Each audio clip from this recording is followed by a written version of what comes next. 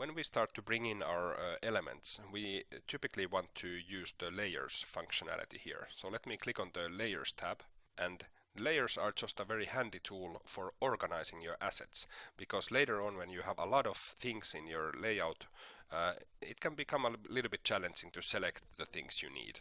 But these layers can really help with selecting things and organizing things.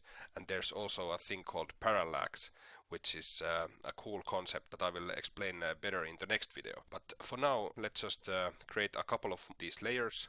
So maybe I'll click on the plus symbol here to add a layer, and it's a good idea to name them. So let me name this layer here, for example, foreground. This will contain our foreground elements, and maybe this layer 1 can be our background, or let's just call it BG for background, and the background should be underneath the foreground, because the way you can think of these layers, they work in a similar fashion as in Photoshop or any image manipulation programs. One way of thinking about them is to imagine like transparent plastic sheets that can have some images on top of them.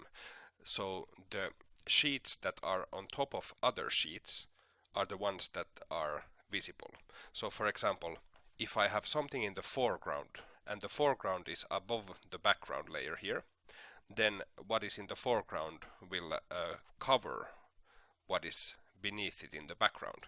And that's what we want, right? So when we have something in the foreground, we want to see that, and it should block what is behind it in the background.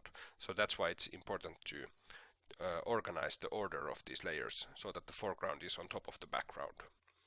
I will also create a layer for the heads-up display.